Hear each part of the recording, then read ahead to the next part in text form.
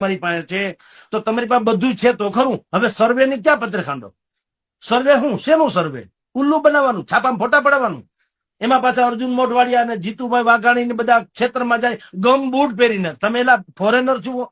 તમે ખેતી નથી કરી? ગમ બૂટ છે ખેડૂતના? એટલે માથે પાઘડી નથી રહી, પગના જોડાની ક્યાં વાત કરો?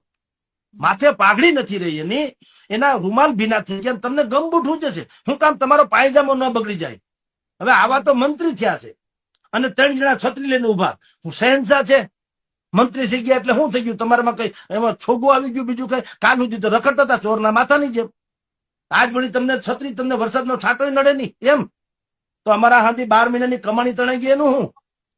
એટલે આ બધા ફેબ્રિકેટેડ છે, મેલોડ્રામા છે, બેવકૂફાઈ છે, બાકાયદા બેઇજ્જતી છે અને મીઠું ભભરાવા જેવું છે નમક તમારા જખમ ઉપર.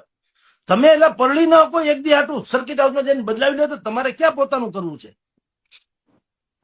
તો ગમે ગમ બૂટ પહેરો, 3 જણા છત્રી પકડીને ઉભા રહીએ, પછી ભાઈ સાહેબ આવે ને એકાદો આમ પાથરો લે માંડવીના દોડવા વાળો ફોટા પડાવવા.